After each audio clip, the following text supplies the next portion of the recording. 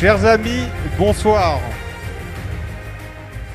Merci à tous d'être venus si nombreux à cette soirée organisée par les Éveilleurs d'Espérance et par l'Incorrect. Privés d'une commémoration par notre président, nous avons quand même souhaité fêter ce cinquantenaire de mai 68, mais à notre façon. Cette soirée va se dérouler en 3 parties. Tout d'abord, un documentaire inédit produit par le magazine L'Incorrect, réalisé et écrit par Arnaud Stéphan et Laszlo Kovacs. Suivront 2 tables rondes et enfin le cocktail et la soirée. Il est maintenant l'heure de commencer et pour ouvrir officiellement cette soirée, je vous demande d'accueillir comme il se doit le directeur de la publication de l'Incorrect, Laurent Mescart.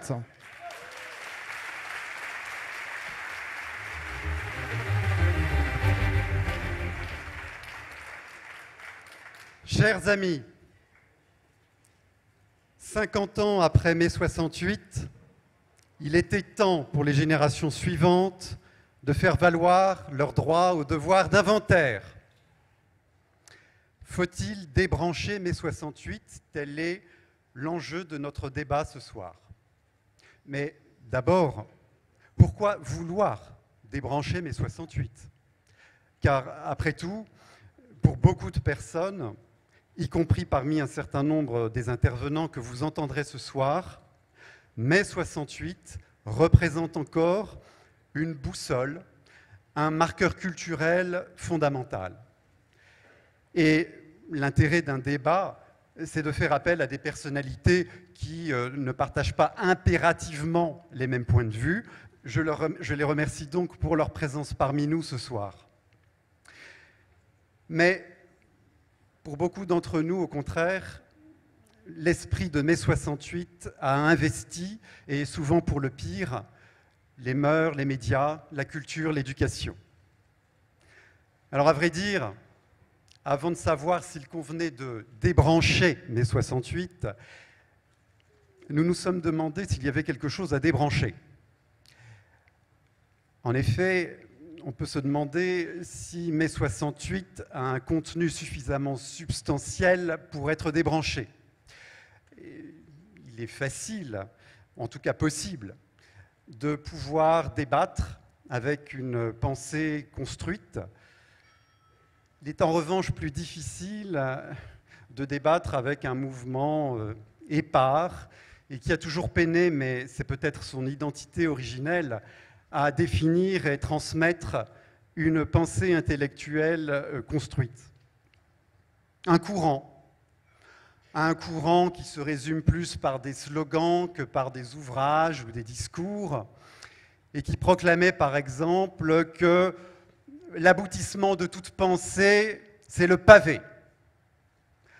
Alors que répondre à cela, si ce n'est comme Cyrano, c'est un peu court, jeune homme.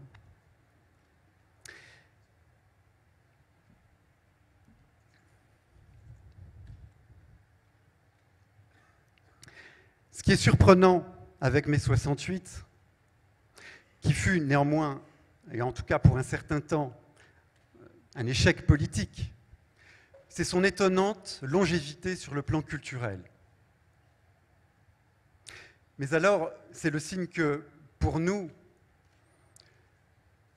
l'espérance est permise. Et pourquoi? Parce que ce formidable souffle d'espérance, qui s'est levé en 2012 avec la Manif pour tous, a lui aussi toutes ses chances de pouvoir s'incarner un jour sur les plans culturels et politiques. La vocation du mensuel L'Incorrect est précisément d'y contribuer. Nous souhaitons en effet réfléchir au socle doctrinal, intellectuel et culturel de la droite, laisser la parole à toutes les sensibilités, sans exclusive aucune, donner une place majeure à la culture, combattre la pensée unique et offrir un espace de dialogue entre toutes les histoires intellectuelles de la droite. Alors, il faut croire que ce projet répond à une certaine attente, puisque 9 mois après son existence, eh bien, nous rencontrons un large assentiment de nos lecteurs, et ce nombre, d'ailleurs, le nombre de nos lecteurs augmente régulièrement. Et pour ceux qui ne nous connaissent pas encore, il est possible de se procurer un certain nombre d'exemplaires et, si le cœur vous en dit, de vous abonner. Mais je ne suis pas plus long. Je vous remercie encore pour votre présence et je vous souhaite une bonne soirée.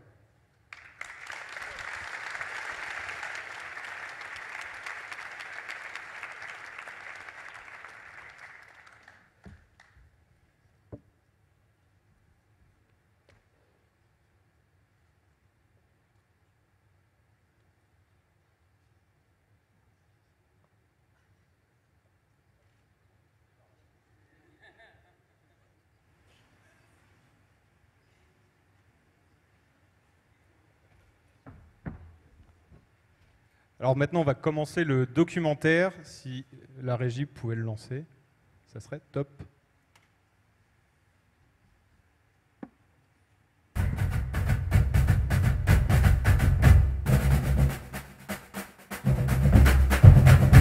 Mai 68. Cette date est dans notre mémoire comme 1515 et sa bataille de Marignan. Beaucoup a été dit, écrit sur le sujet, toujours du même côté. Mai 68. Des images, des noms, des récits de ces milliers de témoins badauds fascinés par cette éruption. Il y a pourtant une autre histoire de mai 68, plus complexe et qui s'étend sur une période beaucoup plus longue.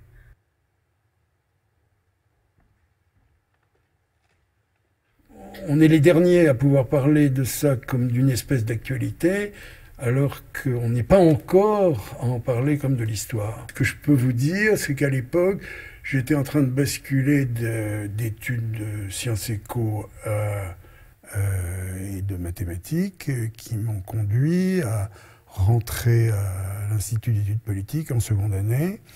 À l'époque, je fréquentais le milieu des anciens de l'OAS. Et la grande préoccupation était évidemment de régler son compte au général de Gaulle et à son régime. C'était une jeunesse nombreuse qui n'avait pas envie de s'ennuyer, qui avait envie de bouger, et ça correspondait en plus à l'ère du temps partout.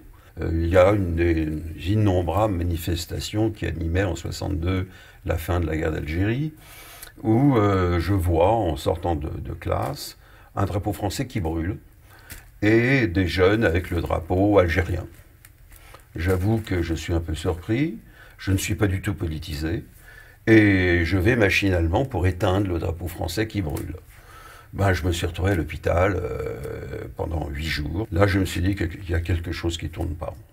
J'avais 22 ans en 68 et j'étais vaguement étudiant et puis militant à peu près à temps plein. Au moment où ça démarre, je suis à l'intérieur du groupe central, il n'y avait pas de hiérarchie.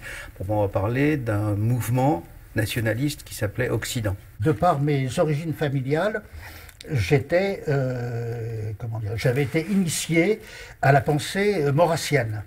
Depuis que le général de Gaulle a réglé l'affaire algérienne, de façon douloureuse d'ailleurs, la France est engagée dans la voie, je dirais, de l'industrialisation. La population dans son ensemble, y compris le monde ouvrier, a accédé à un mode de vie nouveau.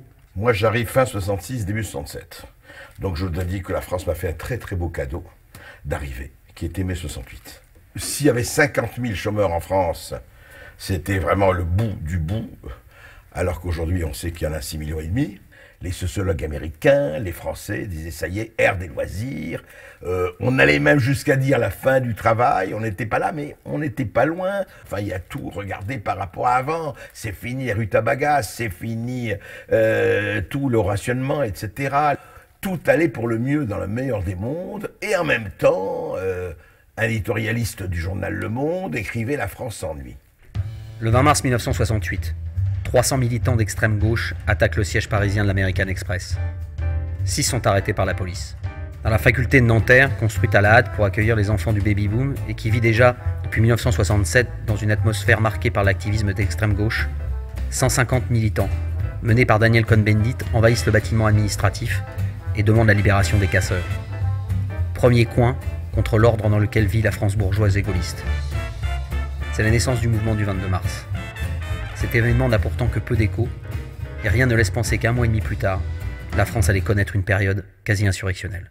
On a entendu parler du 22 mars, d'une certaine façon. On ne savait pas que ça s'appellerait le mouvement du 22 mars, qui allait devenir l'un des poils à gratter de la révolte gauchiste.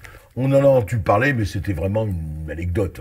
Ça n'a pas fait du tout la une des journaux. Ce n'est que rétrospectivement, mais assez vite, qu'on a parlé de Cohn-Bendit et du mouvement du 22 mars. Ce qu'on a raconté, l'aventure de Mars, c'est une histoire de vestiaire. C'est une histoire de jeunes à Nanterre qui veulent aller dans le vestiaire des filles. C'est ça.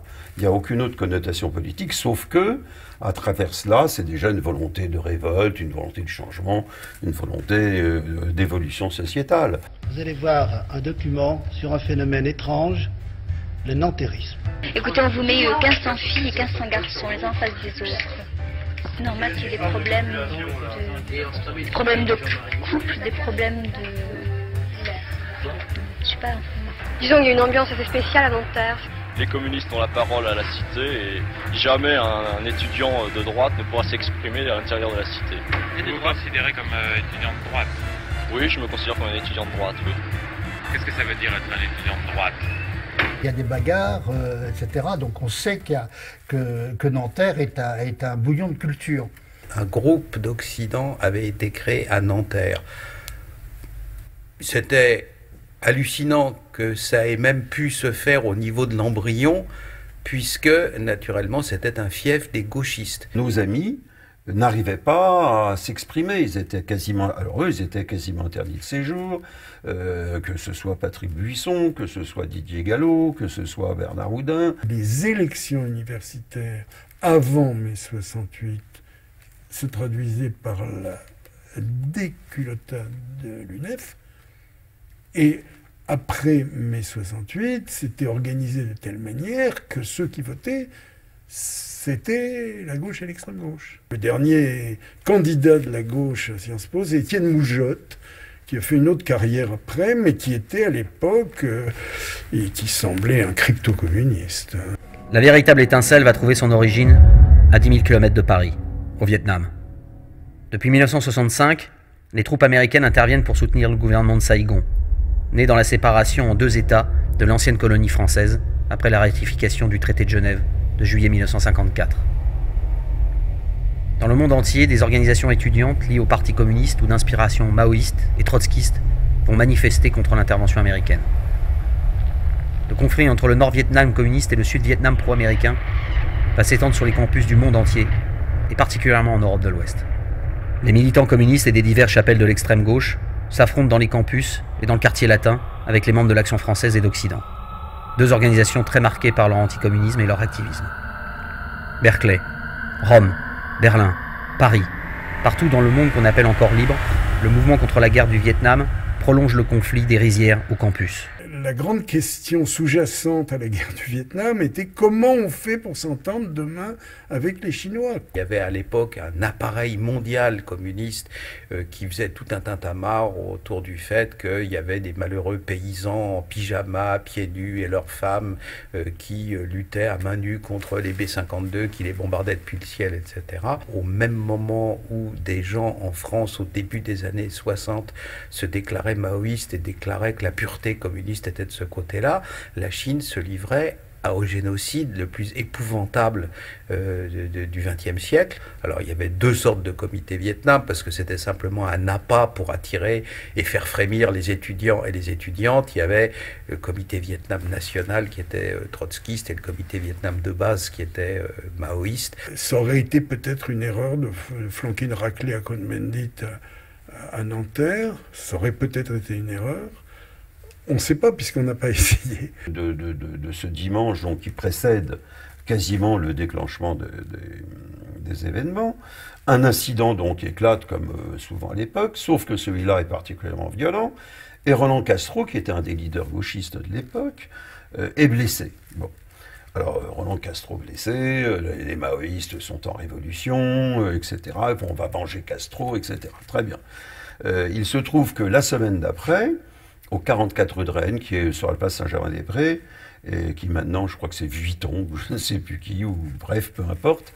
À l'époque, c'était une salle d'exposition qu'on pouvait louer pour y faire des colloques, y faire des expositions. Et donc, on avait prévu, enfin, Roger Hollande, qui lui avait créé un comité de soutien au Sud-Vietnam, et arrive à ce moment-là, tout le gratin du gauchisme, qui vraiment, avec une violence, là, une véritable violence, casse tout. C'est pas possible d'en rester là, et d'autant plus que, parallèlement à cela, à Nanterre, nos amis n'arrivaient pas à s'exprimer. C'était pas la première fois qu'il y avait des échauffourées depuis la création d'Occident.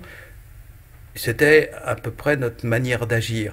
Il faut quand même se souvenir que l'un de nos amis, Jean-Noël Prade, avait été lynché à Nanterre, il était étudiant à Nanterre, il avait été lynché à Nanterre une quinzaine de jours avant, il lui avait mis la tête sur un rail, sur le rail du métro de Nanterre. C'était quand même d'une rare violence. Alors, on se dit, bon ben voilà, tout meilleur fois aller à Nanterre, c'est plus possible, on ne peut pas rester comme ça. Et donc on décide d'aller à Nanterre et de l'annoncer suite à l'agression dont nous avions été victimes au 44 rue de Rennes. À Nanterre, ils transforment ça en Fort Chabrol, c'est complètement délirant.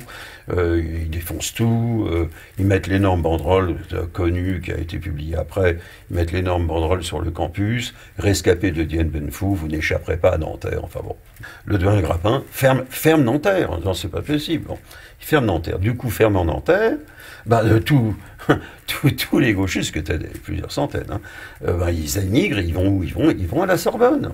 Donc on descend le Luxembourg et à notre grande surprise, pas un flic. Non seulement on descend le Luxembourg et pas un flic, mais on descend le boulevard Saint-Michel, pas un flic, et on arrive devant la porte de la Sorbonne, toujours pas un flic, sauf la porte de la Sorbonne grande ouverte, les gauchistes à l'intérieur, et nous se disant, mais enfin, qu'est-ce qui se passe? Pensant donc qu'on était rentré dans la Sorbonne, alors là, il faut voir ce qui s'est passé.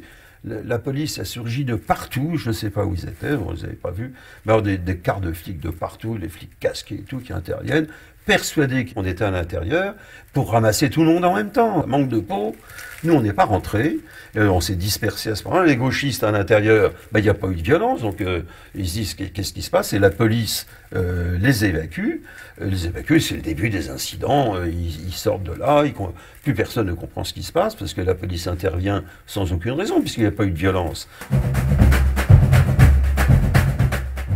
Le 10 mai 1968, après des journées de heurts, c'est la grande manifestation de Denfert-Rochereau. La journée est tendue, et vers 21h, des centaines d'étudiants, encadrés par les mouvements gauchistes, élèvent des barricades rue Gay-Lussac. La réponse des forces de l'ordre tarde à venir. Au milieu de la nuit, elles finissent par donner l'assaut. Les dégâts sont spectaculaires, et la France découvre, hallucinée, les épaves de dizaines de voitures brûlées. Grimaud explique qu'il a sauvé la vie de centaines de jeunes en donnant l'ordre à la police de ne pas charger, en attendant 2h du matin ou 1h du matin que les étudiants soient rentrés chez eux, partant du principe que ne resteraient à cette heure-là que les durs qui n'avaient rien à voir avec le mouvement étudiant et qu'à ce moment-là ils pourraient charger, alors que la police aurait chargé normalement, il n'y aurait jamais eu ni barricade, ni arbre coupé, ni ce que l'on a vu par la suite. J'ai commencé à comprendre qu'il y avait un phénomène sérieux et qui pouvait être organisé. Ça ressemblait à un chahut un peu surdimensionné, mais alors le problème c'est que ce chahut surdimensionné, il allait, comment dirais-je, se répandre à travers toute la France. Les gens qui avaient des terrains dans le sud de la France, des immeubles dans Paris 16e, qui sont dit, ça y est, les communistes arrivent, ils vont tout nous prendre, et ils ont vendu pour rien. Il y a des gens qui ont fait une merveilleuse opération et même fortune. Pendant 3 mois, il y a eu la panique. Et quand on offre au mécontentement comme seule solution la descente dans la rue, on peut faire confiance aux mécontents. Ce matin, le drapeau noir et le drapeau rouge flottaient au fronton de l'Odéon Théâtre de France. Hier soir, à 23h45, les spectateurs croisaient les manifestants sur les marches du théâtre. La police n'intervenait pas. Cet après-midi encore, les alentours du théâtre étaient libres d'accès. Les gens qui ont occupé l'Odéon ont évidemment tout volé. Je dis ça avec beaucoup de regrets d'une certaine façon, puisque mon pauvre père avait donné à Jean-Louis Barrault des collections de costumes montés. On en a retrouvé un. En fait, tout avait été volé. Le pouvoir allait vaciller, vraiment. Et pourtant, il n'y a pas de, comment dirais-je, il n'y a pas de menace insurrectionnelle qui vise l'État. Et personne. La France a vécu dans une sorte d'état d'apesanteur. On avait exorcisé la grisaille des jours, métro, boulot, dodo, etc. On vivait dans le rêve. Et dans un tel climat que beaucoup de ceux qui ont mordu à ce climat-là en sont restés inadaptés pour la vie. Et quand il a fallu retourner aux réalités de la vie, c'était insupportable pour eux. La volonté d'un garçon comme Krivine et ses copains à l'époque, c'était de reproduire 1917, c'était de reproduire ce que Lénine avait fait à Saint-Pétersbourg en 1917.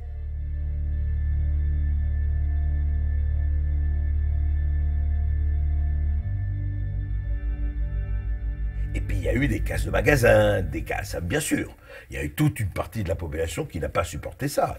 On peut le comprendre, c'est clair. De Gaulle voulait fermer la Sorbonne et Pompidou voulait pas. C'est Pompidou qui a ouvert la Sorbonne et qui a fait qu'il y a eu ces occupations. Voyez. Donc c'est pour ça que c'est plus compliqué quand on dit il y avait que les marxistes, les trotskistes, les maoïstes. Non, non, il y avait aussi les anarchistes qui étaient très importants parce qu'ils ont imprimé, pour moi c'est clair, c'est eux qui ont imprimé le mouvement, je veux dire à le côté ludique. Le Parti communiste, formation prépondérante à gauche depuis la Libération, décide de récupérer le mouvement et de le transformer via la CGT en une revendication sociale. L'appareil du PC déteste les trotskistes et les Mao. La puissance de sa structure va étouffer les chapelles de l'extrême gauche. On a compris que ça a basculé quand il y a eu la grève. Un des grands slogans de mai 68, c'était « Les étudiants doivent de leurs faibles bras laisser le pouvoir aux ouvriers ». C'était culturel, au sens très large du terme, et non pas politique, au sens politicard du terme, et même pas au sens idéologique du terme. On ne peut pas faire la révolution avec des étudiants. On ne peut pas faire une révolution léniniste avec des étudiants. Il faut absolument que ça s'enclenche avec le monde ouvrier. Alors on envoie des délégations, on envoie des jeunes à Renaud-Billancourt, mais ça ne marche pas du tout. Et on veut que le PC se mobilise, etc., mais le PC n'est pas du tout prêt à se mobiliser. Mais qu'est-ce que ça veut dire être solidaire des ouvriers? C'est aux ouvriers d'être solidaires de quelque chose qui existe. Pour l'instant, les ouvriers ne faisaient rien, en tout cas en début mai 68. Ils ont mis un certain temps, la CGT a mis un certain temps, et c'est très bien employé à provoquer une espèce de crise terrible. Le PCF, qui était encore très important, on sait ce combien faisait le PCF à l'époque par rapport à aujourd'hui. Et ben il a dit, attendez, non, on n'est pas là. Qu'est-ce que ça veut dire révolution, faire quoi après, etc. Eux, ils avaient un plan B. Ils ont dit, on ne va pas commencer à faire n'importe quoi. Et eux ont repris en main avec la CGT, qui était quand même la courroie de transmission. On va ramener les choses sur un terrain connu, sur le terrain des revendications. Et puis, on satisfera des revendications, et puis après ça, fin du coup, tout le monde rentre au travail, est terminé, on arrête Donc ça, il y avait un côté pour les communistes de l'époque, qui étaient des vrais communistes. Aujourd'hui, c'est du sous-libé qu'ils font, c'est pas sérieux. Mais à l'époque, il y avait un vrai appareil communiste avec un vrai contrôle sur un syndicat qui, à ce moment-là, devait faire des centaines de milliers d'adhérents. Les communistes n'aiment pas le désordre. Voilà. Une petite avant-garde ne peut pas se substituer aux masses, ça c'est de l'anarchisme. Et donc ils trouvaient effectivement anarchistes Cohn-Bendit et consorts assez inquiétants, et donc ils avaient une espèce de deal historique avec le général de Gaulle. Ils ont dit, bon écoutez, on va faire revenir les choses dans le sérieux, on va remettre ça sur les revendications, les 40 heures, le machin, les congés payés, tout ça. Ça c'est du sérieux, ça c'est du solide, et pour ce faire, on met la CGT en avant. Il faut le discours de Georges Marchais qui qualifie Cohn-Bendit d'anarchiste juif allemand, pour qu'on voit que c'est différent. Oui, bah oui, c'est vrai, pour lui c'est anarchiste allemand. Et dans le Parti communiste de l'époque, anarchiste allemand, c'est pas un compliment. Lui, c'est un vrai coco formé dans les écoles du parti, avec la rhétorique, la dialectique, etc. Il connaît les leçons et il n'est pas pour le bordel, lui. Hein. Les gauchistes, à ce moment-là, prétendaient, par leur propagande, par leur attitude, donner des leçons à tout le monde, y compris au parti, à tous les partis, à la classe ouvrière. Effectivement, c'est la fin de 68 parce que c'est la fin du happening. Un peu jeune, un peu insolent, c'est autre chose. Dès que Pompidou leur propose de discuter avec Chirac, le jeune Chirac de l'époque, qui prend les contacts avec la CGT, on est dans un processus de négociation. La logique, c'est la négociation, c'est de parvenir aux accords de Grenelle. Monsieur le Premier ministre, le président de la République s'adressera-t-il aujourd'hui à la nation? Je ne pense pas, n'est-ce pas, mais si je puis vous résumer l'opinion du président de la République, c'est la réforme oui, la chienlit non. Le Parti communiste a compris qu'il n'était pas question pour eux de prendre le pouvoir, et De Gaulle s'est dit, allez, maintenant ça suffit, la chienlit. La chienlit non, c'est les réformes oui, la chienlit non. Il a accordé, il a fait, il y a eu beaucoup de choses qui ont été faites. Tout est rentré dans l'ordre pour les uns, dans le désordre pour les autres. Ça dépend dans quel cas on était. Ils ont négocié les augmentations de salaire, et puis il y a eu ce qu'il y a eu. On a rouvert les stations d'essence, et tout le monde à la mer. Voilà, les congés payés, enfin, retrouver leur vertu essentielle. Il faut savoir terminer une grève. Eh bien, ils l'ont terminée. Et puis voilà. Certes, dans la situation bouleversée d'aujourd'hui, le premier devoir de l'État, c'est d'assurer en dépit de tout la vie élémentaire du pays ainsi que l'ordre public. Le 29 mai, devant une situation sociale inédite, les négociations de Grenelle s'éternisent. Une grève générale paralyse le pays. Le général de Gaulle disparaît. L'appareil d'État semble incapable de reprendre la main.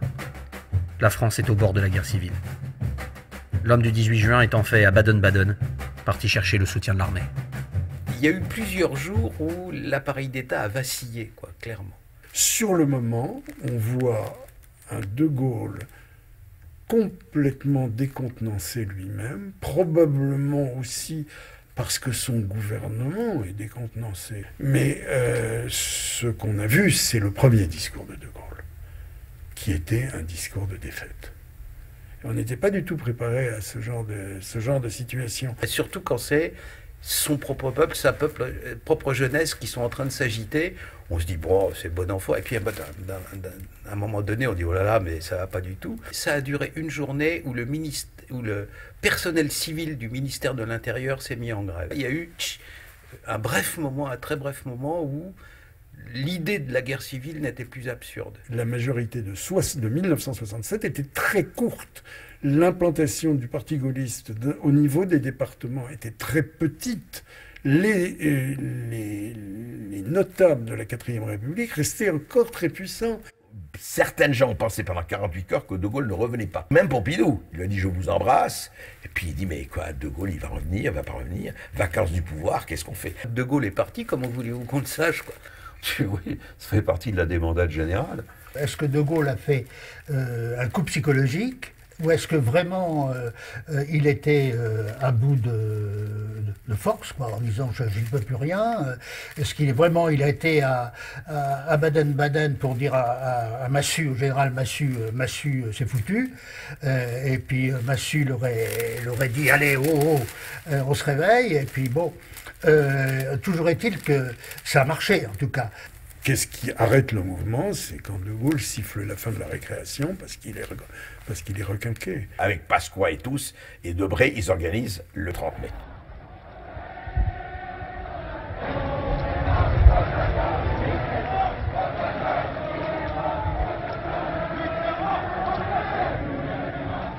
Et c'est très intéressant dans 3 moments historiques comme 40, 58 et 68, la manière dont De Gaulle a repris le flambeau et a cassé ce qu'il y avait à casser, en tout cas du mouvement, mais qui, encore une fois, a pu le casser facilement, parce qu'encore une fois, ce n'était pas un mouvement politique. Ce n'est pas les groupuscules gauchistes, et ce n'était pas les étudiants qui pouvaient effectivement prendre le pouvoir. Alors, on a retrouvé un peu de tout. Il y avait des jeunes d'Action française, bon, ok. Il y avait des jeunes gaullistes là, qui ressortaient, très bien. Il y avait des anciens paras, il y avait tout un tas de trucs. Et on a commencé tous les jours. On se donnait rendez-vous à 18h, place de l'Étoile. Et on était très, très surpris de voir qu'au départ, on était quelques centaines, on était très vite quelques milliers, et puis quelques dizaines de milliers. Oui, moi, personnellement, je fais le choix d'y aller à titre individuel avec certains de mes amis. Mais il n'y a pas eu... Là, je sais que j'ai des amis très proches qui, eux, n'ont pas voulu y aller. Non. Nous, on n'y était pas. Entre les gaullistes et nous, il y avait du sang. Je ne suis pas allé au 30 mai. L'espèce de lâche soulagement, de ouf, enfin, voilà, les vacances, allez hop, on donne les examens à tout le monde. Vous voulez le bac, vous l'avez, allez où, et puis tout le monde part en vacances et on reprend les choses sérieusement à la rentrée. Ça, c'était les gaullistes. Nous sommes rentrés dans une contestation du régime, mais pas seulement du régime, qui n'était pas seulement en termes politiques, mais était en termes de société et de civilisation. Vers quel monde allions-nous? De révolution politique, on était passé à une révolution culturelle. Les vainqueurs des élections qui vont suivre en juin vont capituler devant les vaincus. On dit toujours que c'est les vainqueurs qui écrivent l'histoire. Ben, c'est pas toujours vrai. Hein, les vaincus n'ayant que ça à faire écrivent l'histoire. Mais 68, c'est faites l'amour, pas la guerre. Ben, la guerre politique va commencer à ce moment-là. Ce n'est plus, croyez-moi, le gouvernement qui est en cause, ni les institutions, ni même la France. C'est notre civilisation elle-même. Tous les adultes et tous les responsables, tous ceux qui prétendent guider les hommes, se doivent d'y songer.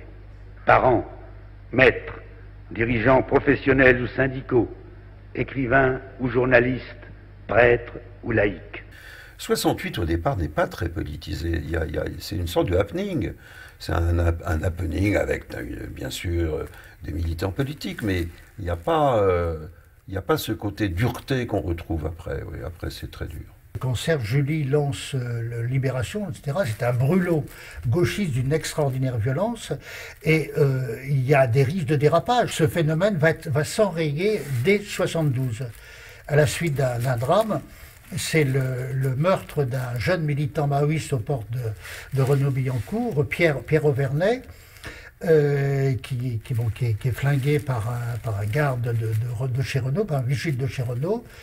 Alors, ça a créé une émotion considérable et avec des obsèques gigantesques à travers Paris. On enterre Pierre Auvernay, un intellectuel qui s'était fait embaucher sur les chaînes, assassiné par un petit cadre de Renault. On allait vers une révolution violente. Ce qui ne s'était pas passé avant, en 68, on risquait de l'avoir maintenant avec ces gens qui étaient enragés. Je me félicite, par exemple, de la réapparition récente d'un mot qu'on n'employait pas en 68. Ce mot, c'est droite. Or, ce mot droite est réapparu en 1972. Il avait disparu depuis 1902. En 1968, personne n'était de droite. Tout le monde était, en fait, dans un complexe de gauche, qui n'est pas de droite. Personne... Le pouvoir culturel s'est investi dans les gens qui avaient perdu les élections politiques. Il ne faut quand même pas oublier qu'à partir de 68, il y a une submersion des 68 ans dans l'enseignement. Et aujourd'hui, nous sommes tributaires, donc 50 ans plus tard, de la deuxième ou de la troisième génération d'enseignants formés par les 68 arts. Mais 68 n'avait rien à voir avec la gauche du gouvernement, avec la gauche traditionnelle, et elle a été remise au rencard au magasin des accessoires, et puis elle a refait sa lente reconquête bien après.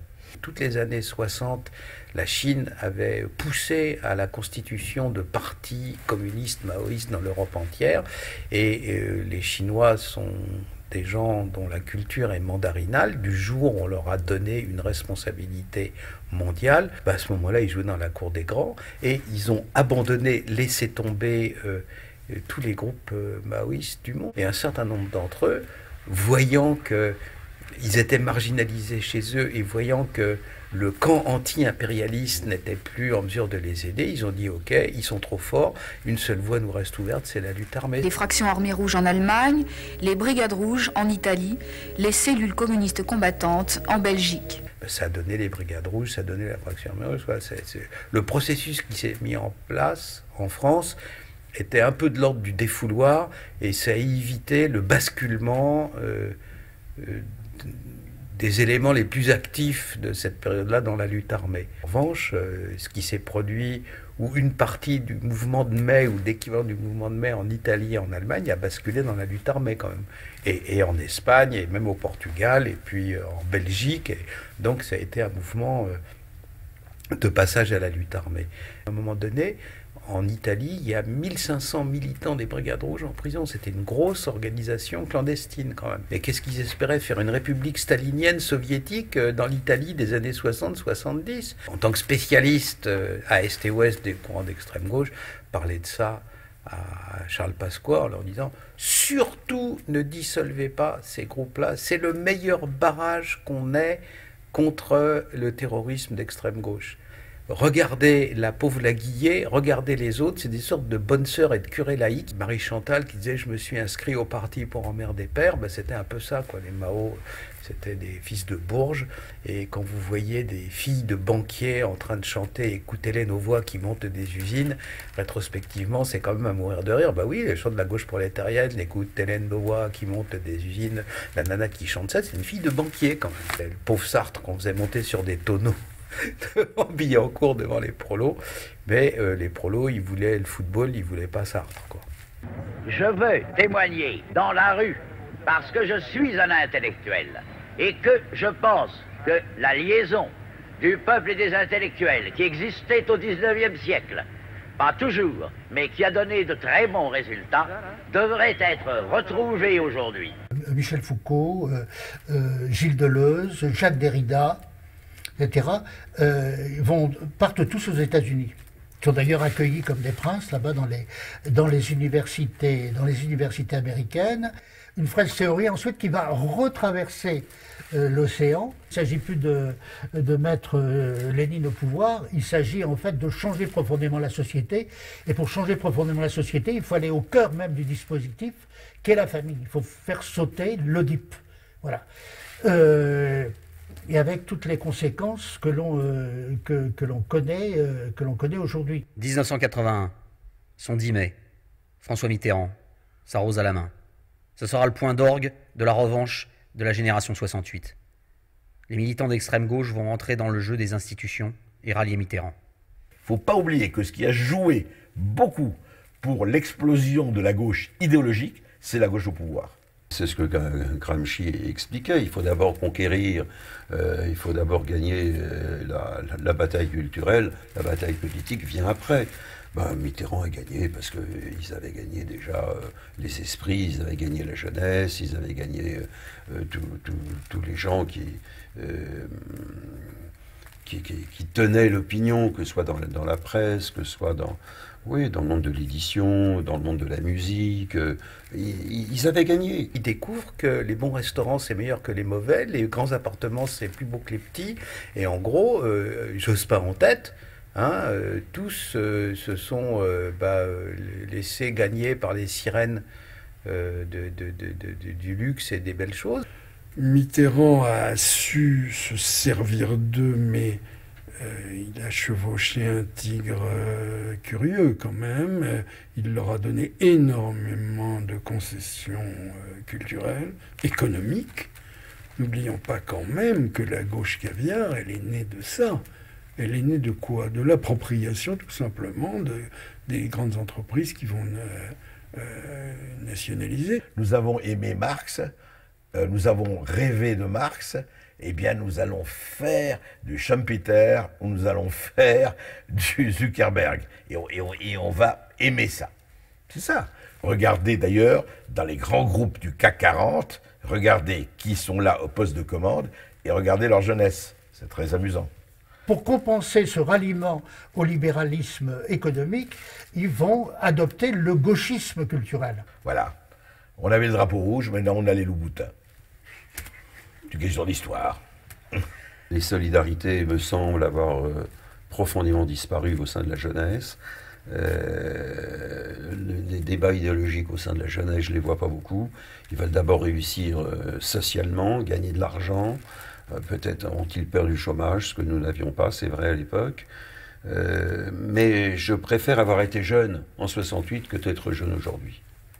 C'est de voir à quel point des idées, mais alors absurdes, grotesques et folles, peuvent s'emparer de la tête de jeunes gens ou de jeunes filles sans que personne leur dise « mais attendez les enfants ». Une partie de la jeunesse, avec l'encouragement de professeurs qui auraient dû être un peu plus sérieux, a quand même beaucoup déliré, quoi. C'est ça, pour moi, ce qui encore aujourd'hui m'étonne le plus, quoi. Que reste-t-il de mai 68 ? Toute notre pensée, enfin tous les fondements de notre pensée qui sont en cause. C'est la révélation d'une crise dont nous ne sommes pas sortis et dont nous ne sommes pas prêts de sortir. C'est mai 68 qui a permis à une certaine droite de s'épanouir. La victoire idéologique et culturelle est-elle définitive ? Notre société, inclusive, globalisée et libérale, est-elle réformable ? Peut-on encore sauver l'essentiel ? L'espoir que j'ai, c'est qu'on invente. Et j'espère beaucoup que la génération qui vient construira quelque chose qui relèvera ce pays. Est-il possible, 50 ans après, de débrancher 68 ? Valéry disait « L'histoire est la science des faits qui ne se répète pas, mais c'est une science car l'histoire recommence toujours. »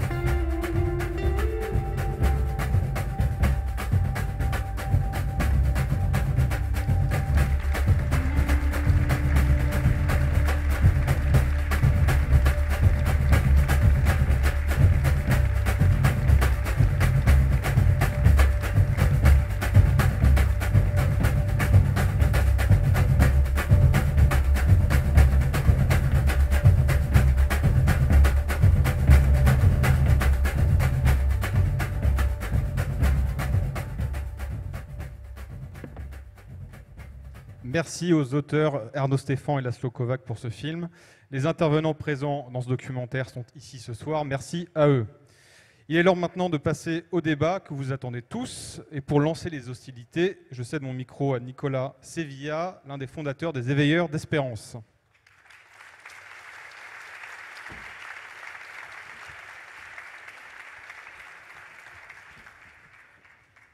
Voilà, je me mets plutôt devant mes logos. Chers amis, j'ai la très grande joie ce soir de vous accueillir au nom des Éveilleurs d'Espérance dans cette grande salle parisienne à l'ambiance que je qualifierais d'assez énigmatique, mais qui, en fin de compte, caractérise bien mai 68 par l'ambiance de légèreté et d'insouciance qui y règne avec les palmiers. Alors on nous suspecte ici d'organiser une réunion politique, mais en fait la seule élection que nous aurions pu organiser, c'est l'élection de Miss Palmeraie. Alors écoutez, malheureusement, nous n'organiserons pas cette élection ce soir, bien que Marion, Elisabeth ou Charlotte avaient toutes leurs chances. Et je ne vous interpréterai ni la danse des tongs, ni Bienvenue à Galasfinda des bronzés à la plage. Non, mais plus sérieusement, nous sommes très fiers car nous vivons ce soir l'aboutissement de plusieurs semaines de travail. Nous pourrions parler presque de gestation d'un projet écrit à deux mains. Nous savons bien qu'il est démodé aujourd'hui de parler d'altérité. Et pourtant, oui, chers amis, ce soir, nous célébrons la naissance d'un couple atypique et improbable, mais dont l'addition d'énergie et d'audace a permis l'organisation de cette belle soirée. Voici que les Éveilleurs d'Espérance et le magazine L'Incorrect ont revendiqué eux aussi leur droit à l'enfant. Alors une grossesse n'est jamais sans risque, et elle est même à l'origine parfois de quelques tensions dans un couple, mais l'enfant dont telle est la promesse apaise et console tout. Et chers amis de l'Incorrect, merci de votre contribution décisive et de votre confiance qui nous ont permis ensemble d'accoucher ce soir de ce bébé sublime dont la première nuit sera sans doute agitée et courte. Chers amis, pourquoi avoir voulu cette soirée? Parce que nous avons, nous, notre génération, une revanche à prendre sur tous ceux qui ont, en un tout petit demi-siècle, brisé l'ensemble de nos attachements vitaux à l'ensemble d'un marché planétaire sans frontières et d'un homme désaffilié, désexué, nomade. Et si nous n'agissons pas demain, nos intelligences auront définitivement cessé de se cultiver et nos cœurs de battre. Nous n'aurons plus de patrie, nous n'aurons plus de culture, nous n'aurons plus de famille, Nous n'aurons plus de parents ni de frères et sœurs, nous n'aurons même plus d'enfants, car ils auront pris jusqu'à notre lit conjugal. Quel malheur! Ils nous auront tout pris de notre descendance jusqu'à notre ascendance. De notre descendance jusqu'à notre ascendance. Alors que nous reste-t-il? Il nous reste la terre charnelle, qui elle ne ment pas et qui nous rappelle à une prophétie plus haute, celle du réel, la promesse d'un avenir qui dépasse nos projections, d'une fécondité qui échappe même à notre volonté. Il nous reste aussi des esprits libres. Et au nom des éveilleurs d'espérance, je veux remercier pour leur présence et leur engagement ici ce soir Jean Sévilla, Elisabeth Lévy, Gérard Leclerc, Marion Maréchal, Charlotte Dornelas et Jacques de Guilbon, qui avec beaucoup d'autres, dont certains nous font l'honneur d'être là ce soir, nous permettent d'affirmer à la suite de Georges Bernados qu'ils ne nous auront pas, ils ne nous auront pas vivants.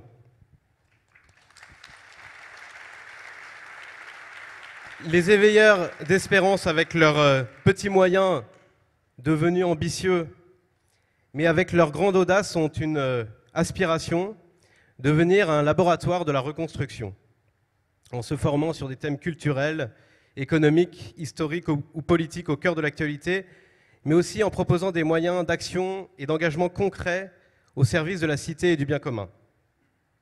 Depuis 3 ans, nous avons reçu d'immenses personnalités, vous les avez peut-être aperçues au début de cette soirée, mais aussi des petits héros discrets du quotidien. Ils ont en commun et au cœur l'amour de la France, mais aussi le désir de servir. C'est idiot, mais nous ne voulons pas mourir, et nous croyons que la vie, comme l'histoire de France, commence toujours aujourd'hui. Non, ils ne nous auront pas vivants. Très belle soirée à tous.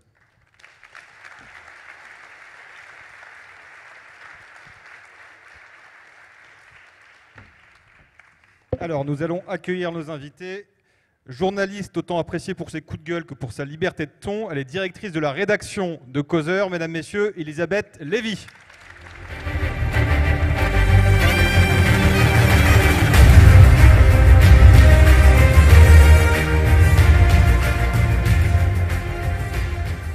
Témoin précieux de son époque, journaliste et intellectuel engagé, il vient de publier Sous les pavés l'esprit, un essai sur mai 68, Gérard Leclerc.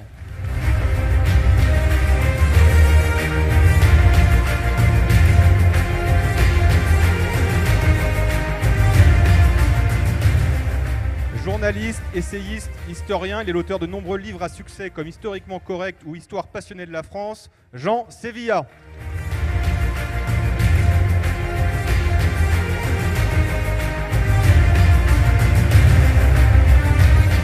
Et cette table ronde sera animée par Pierre Nicolas des Éveilleurs d'Espérance.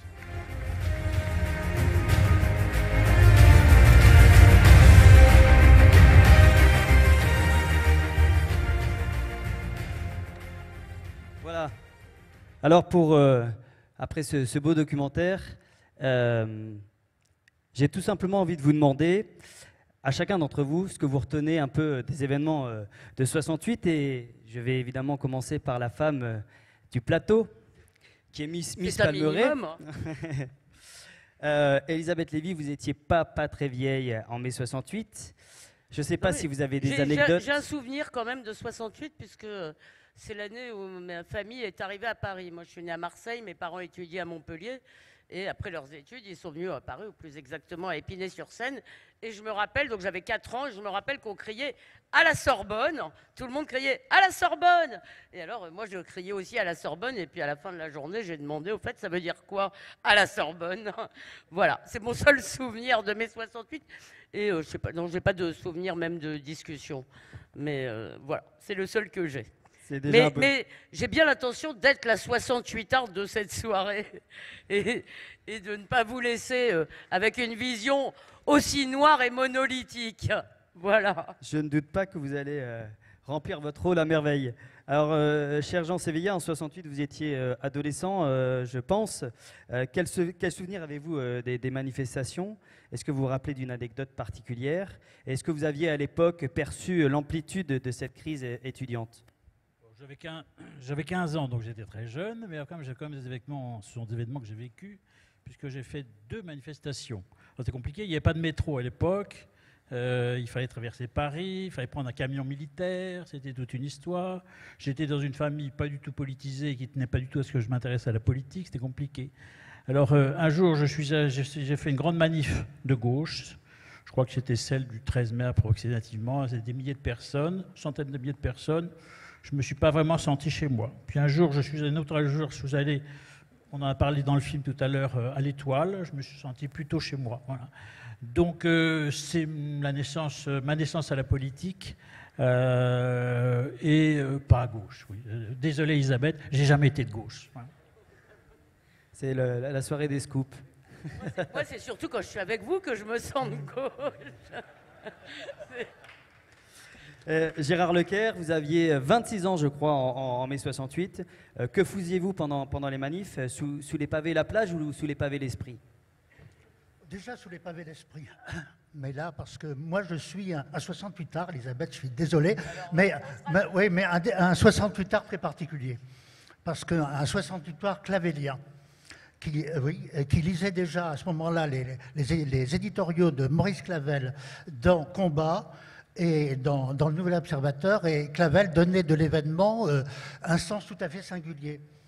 Très peu politique d'ailleurs, très peu même culturel au sens habituel du terme, un sens spirituel. Mais bon, indépendamment de Clavel, on en reparlera. J'étais partie prenante, j'étais dans les manifs. Bon, on a parlé des manifs devant l'Étoile. Là, tout à l'heure, j'étais parmi les organisateurs. Et on aurait pu prendre d'ailleurs une photo où les copains m'avaient porté sur les épaules, où j'haranguais la foule devant l'Arc de Triomphe. Donc 68 pour moi c'est très important parce que je ne serais pas là. S'il n'y avait pas eu 68, je ne serais pas là parce que je n'aurais pas eu cette vocation de journaliste, d'orateur, que sais-je. C'est 68 qui m'a propulsé en politique. Alors dans votre dernier ouvrage, hein, que les gens vont se précipiter pour acheter à la librairie en bas, Sous les pavés d'esprit, vous marquez quand même une certaine sympathie pour ce mouvement, tout au moins en début. Est-ce que vous pouvez nous expliquer ce qui vous plaisait dans cette effervescence et comment vous pourriez résumer en quelques mots le phénomène de mai 68 ? Moi, d'abord, j'étais étudiant à la Sorbonne. J'ai vu les prodromes de mai 68 avec l'agitation groupusculaire des trotskistes et des maoïstes, etc. Mais je ne me figurais pas que ça allait prendre cette ampleur. Parce que ce n'est pas quelques centaines de militants qui pouvaient déclencher 68. En fait, ils ont déclenché le mouvement de ce que Paul Lyonnais, que j'aimais beaucoup, appelait le peuple adolescent. Voilà. Et c'est ce qui a rempli le quartier latin et ce qui a changé d'ailleurs profondément la donne. Parce qu'effectivement, Krivine et les autres voulaient faire la révolution. Et d'ailleurs, certains ont fait une dépression nerveuse parce que ça ne se passait pas selon le schéma 68 arts. Et j'ai bien connu Philippe Robrieux, qui était un excellent historien, mais qui est cadre du Parti communiste, qui avait abandonné le parti depuis plusieurs mois, qui était revenu pour militer au quartier latin, pour encadrer les manifs, mais ça ne marchait pas du tout, parce que sa culture léniniste, voire syndicale, ne mordait pas sur ce peuple adolescent. Et moi, je retrouvais des copains dans les folles nuits du quartier latin, qui étaient furieux, disant « on nous amène à la kermesse ». On nous emmène à la kermesse. Non, c'est pas 1917 qui se passe, c'est tout à fait autre chose. Donc, et alors, bon, ce serait trop long de l'expliquer.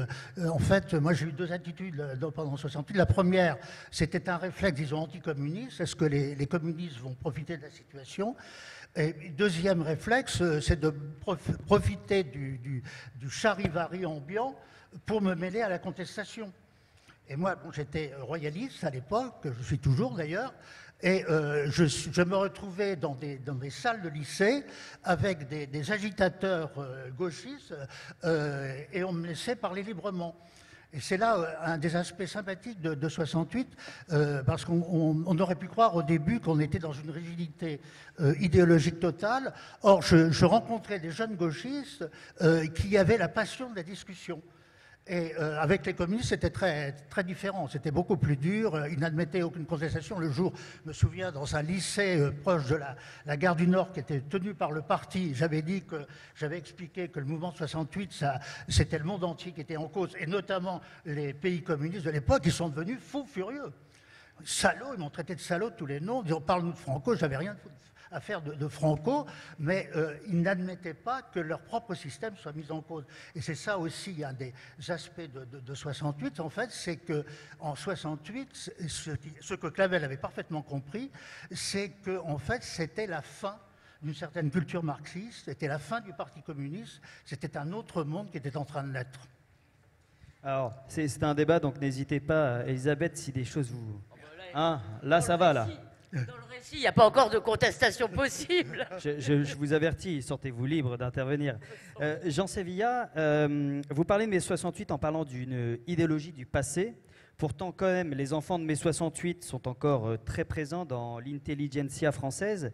Est-ce que vous pouvez définir mai 68 et est-ce que vous pouvez mettre, en tant qu'historien, en perspective cette révolution étudiante avec l'histoire?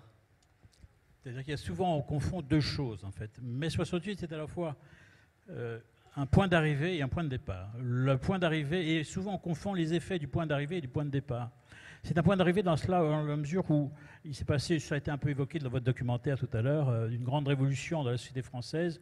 À la charnière des années 50 et 60, on passe d'une société rurale à une société industrielle et même post-industrielle.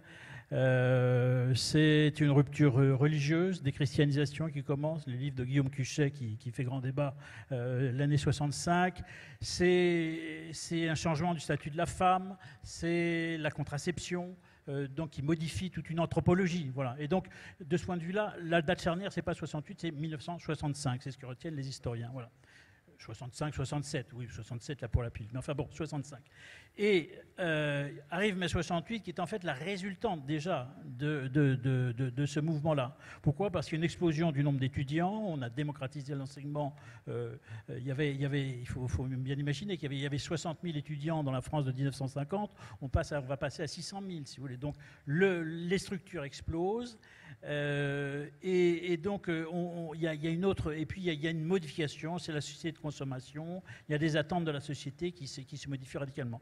Va arriver 68 proprement dit, 68, la crise, c'est trois mouvements. C'est un mouvement étudiant, qui est d'abord pris en main par l'extrême gauche, mais qui au départ n'est pas forcément l'extrême gauche. Il y a un mécontentement étudiant qui est lié au fait que l'université n'est pas adaptée aux nécessités de l'époque. C'est ensuite un mouvement social, puisque ça a été la CGT, le Parti communiste va essayer de récupérer ce mouvement.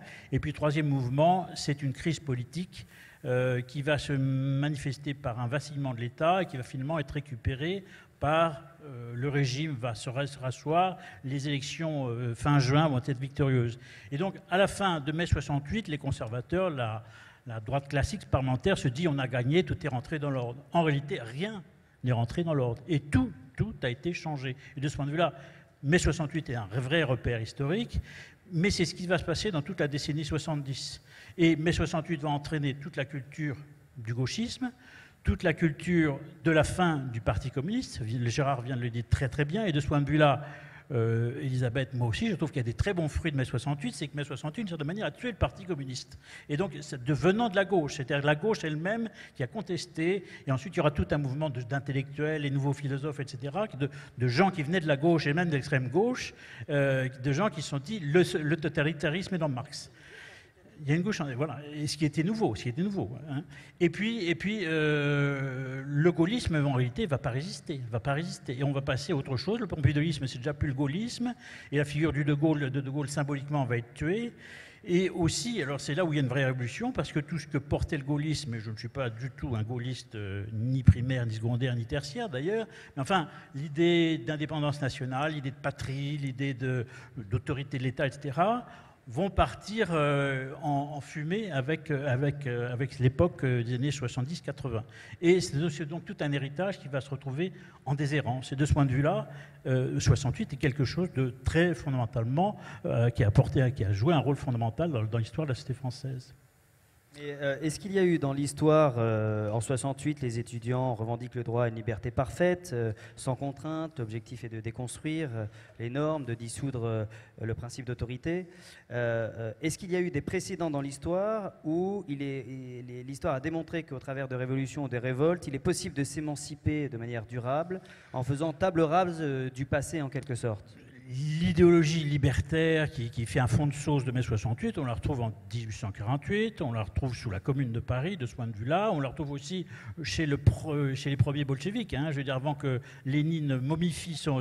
Si, il y a une aspiration libertaire chez les tout premiers communistes. Voilà. Donc, de ce point de vue-là, il y a un éternel idéologie qui dure. Voilà. Maintenant, mais on va peut-être en venir dans la suite du débat, là où il y a un grand basculement philosophique et sociologique qui est immense et qui marque toute l'histoire occidentale, parce qu'on parle de la France, mais ce n'est pas simplement franco-français, c'est que mai 68, ça inscrit dans la culture occidentale l'idée du basculement vers l'individualisme. Pour faire très très court, je fais simple, hein, mais je dirais qu'avant, on pensait que la société, que l'individu devait quelque chose à la société. Après la crise de 68 et toute les cultures 70, on pense que c'est l'inverse, on pense que c'est l'individu qui est le roi et que c'est la société qui doit quelque chose à l'individu. Et l'individu devient la valeur référente. Et donc, ça induit beaucoup de choses parce qu'à partir du moment où l'individu est roi, eh bien, il n'y a pas de normes à lui imposer, il n'y a pas de normes, vraies normes, chacun se bâtit ses normes, construit ses normes, et ça va toucher donc la famille, l'école, l'entreprise, une époque l'armée, etc. C'est-à-dire qu'il y a une forme d'éclatement des valeurs, et c'est toute la problématique dans laquelle nous sommes aujourd'hui. Qu'est-ce qui peut faire société? À partir de quelles valeurs communes peut-on rassembler une société aujourd'hui qui est extrêmement éclatée? C'est un des problèmes fondamentaux et qui est pour moi l'héritage le plus pernicieux de mai 68. Mais c'est un problème civilisationnel global qui dépasse la France. De même que les changements de civilisation se font très lentement, mais on ne les répare pas non plus rapidement. Donc il ne faut pas croire qu'on va sortir de la culture de mai 68 par un coup de baguette magique, uniquement par nos bonnes paroles ici ce soir. Alors, mai 68 est souvent décrit comme l'événement fondateur d'une société marquée depuis des siècles par l'autorité du père et qui a réussi à s'en débarrasser. Pour vous, Elisabeth, est-ce que la génération de 68 est parvenue à ébranler la figure du père et a-t-on gagné au change? Bon, évidemment, dit comme ça, la réponse est non. Je vous le dis tout de suite. Mais avant de vous répondre, je voudrais juste dire un mot quand même d'encouragement à l'incorrect, parce que je sais à quel point c'est difficile aujourd'hui de créer un journal, et je ne sais pas où est Jacques, il doit être par là. Et en plus, on a les mêmes défauts, on procrastine, on est éparpillé. Jacques n'a pas de défaut. Jacques n'a pas de défaut, c'est vrai. Et donc, je voulais dire vraiment bravo pour cette aventure et vous prodiguer tous nos voeux au nom de la rédaction de Causeur. Voilà. Donc, et vous féliciter parce que c'est vraiment dur de faire un journal aujourd'hui. Voilà. Maintenant, d'abord, pour tout ce que vous avez dit, évidemment, je le partage en partie. Après, c'est l'appréciation qu'on en a. Mais mai 68, d'une certaine façon, c'est un phénomène démographique. C'est l'arrivée d'une génération extrêmement nombreuse à l'âge adulte, plus nombreuse que les autres, et comme l'a très bien remarqué Paul Thibault dans un très bel article qu'il nous avait fait dans Causeur, c'est l'arrivée à l'âge adulte de la première génération qui n'a pas connu la guerre, qui a connu, effectivement, il y a les guerres coloniales, mais si vous voulez, c'est pas le même niveau de mobilisation de la nation, et donc ça, je pense que ça définit beaucoup de choses. Pourquoi je le définis d'abord comme un phénomène démographique? Parce que ce qu'on appelle mai 68 ou l'héritage de mai 68 n'est pas l'héritage d'événements. Il est l'héritage d'une évolution de la société qui a effectivement commencé bien avant. Et du point de vue anthropologique, il me semble que la légalisation et puis l'accès à la contraception est bien plus, je veux dire, a fait une révolution bien plus profonde que beaucoup de choses qui se sont dites en mai 68. C'est pas le happening, si vous voulez, même si le happening est resté un espèce d'étendard pour les gens qui y étaient, et après tout, on peut tout à fait le comprendre, c'est pas le happening qui a changé les choses. Et pour vous dire, pour essayer de vous faire comprendre pourquoi il y a peut-être des choses à regretter de mai 68, je vais commencer par une image d'aujourd'hui. Xavier Hofer a rappelé, en rigolant, que ça avait commencé par une histoire de pouvoir aller dans les dortoirs des filles. Pendant la journée, hein, je vous rassure, tout ça était très convenable.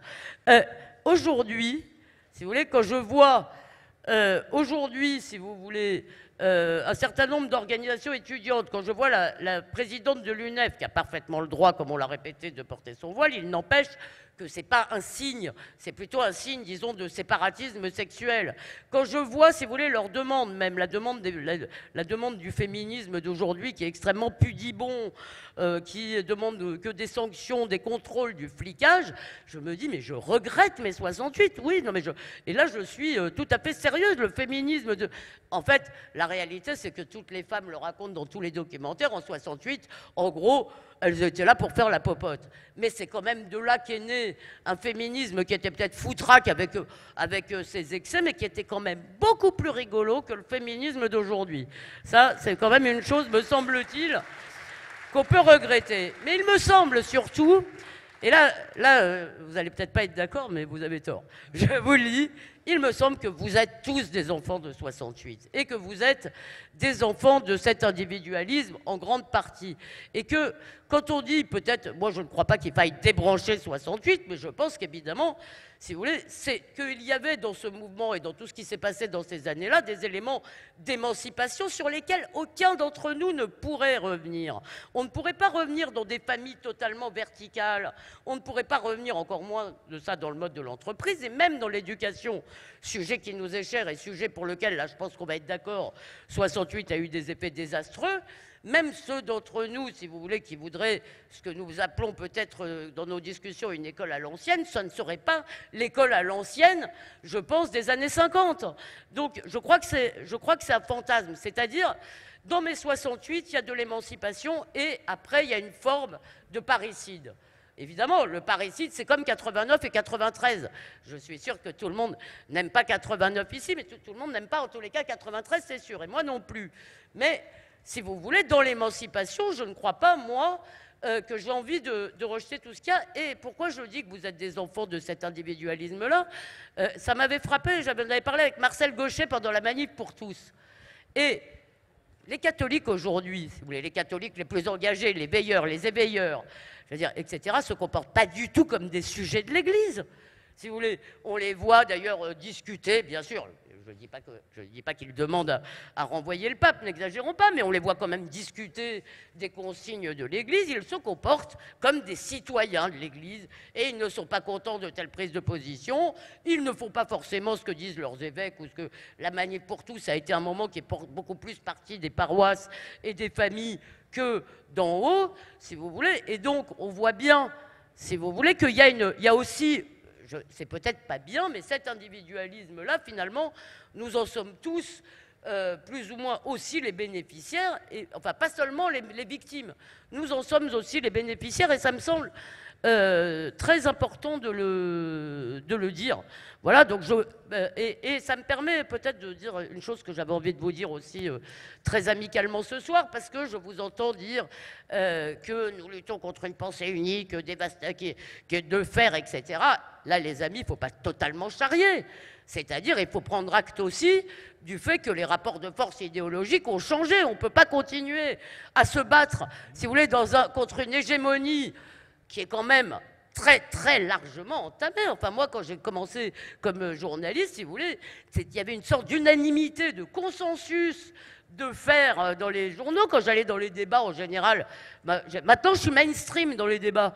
Donc, si vous voulez, c'était pas du tout comme ça il y a 15 ans, et je ne crois pas qu'on puisse dire aujourd'hui que cette hégémonie est la même qu'il y a 10 ans, et peut-être ça pourrait être un sujet de discussion, mais j'espère, quoi qu'il en soit, que nous n'allons pas chercher à remplacer une hégémonie par une autre, parce que moi, je crois que, si vous voulez, moi, pendant des années, et c'est pour ça d'ailleurs que, en dehors de la responsabilité lourde que la gauche a dans un certain nombre de processus, mais pendant des années, je me suis battue contre cette bonne conscience de faire à gauche, si vous voulez, où tout ce qui n'était pas elle était vraiment considéré comme infréquentable, horrible, affreux, il n'y avait qu'une seule pensée possible, et évidemment, je ne voudrais pas que nous recommencions cela dans l'autre sens.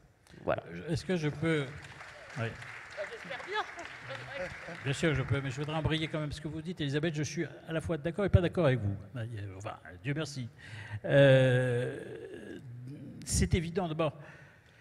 L'histoire, on ne la refait jamais. Je veux dire, moi, je pense qu'il faut débrancher 68, mais débrancher 68, ça ne veut pas dire qu'on va revenir à la société des années 60 et des années 50. Ça n'est pas possible. On ne revient jamais en arrière. Voilà. Et de toute façon, il est évident que nous sommes tous, d'une certaine manière, et moi aussi, moi qui suis un vieux réac, de la vieille droite catho, je suis moi aussi à ma manière un enfant de mai 68. C'est évident que dans les familles, on ne vit plus comme on vivait il y a 50 ans et on ne reviendra pas comme ça. Voilà.